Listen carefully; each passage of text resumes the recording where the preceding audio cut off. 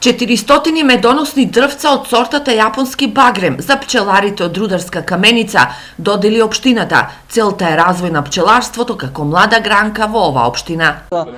Денеска ги делиме овие медоносни дрвца софора јапоника или јапонски багрем, кој што е доста медоносен и цути во периодот крајот на јули, почетокот на август, кога останатата вегетација е доста исушена. Општината годинава ги прифатила сите проекти и од буџетот издвоила околу 170.000 денари за реализација на проектите на Сдруженијето, кое постои само една година. Ова Сдружение на пчелари е младо, е формирано во 2016 година и тие конкурираат на повикот за финансирање на проекти од страна на Советот и Општина Македонска каменица, односно Советот ги одобрија сите проекти со кои што конкурираат Сдруженијето на пчелари од Општина Македонска каменица.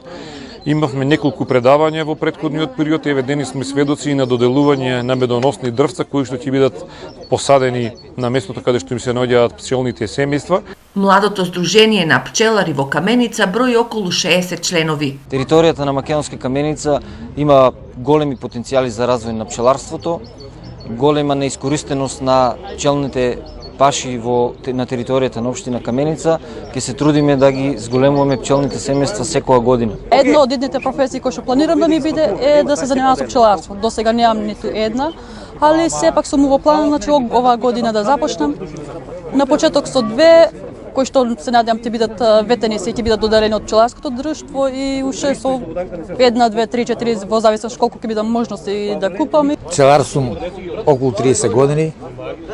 Работата е добра, треба многу труд и упорност. Ако сакате да успеете.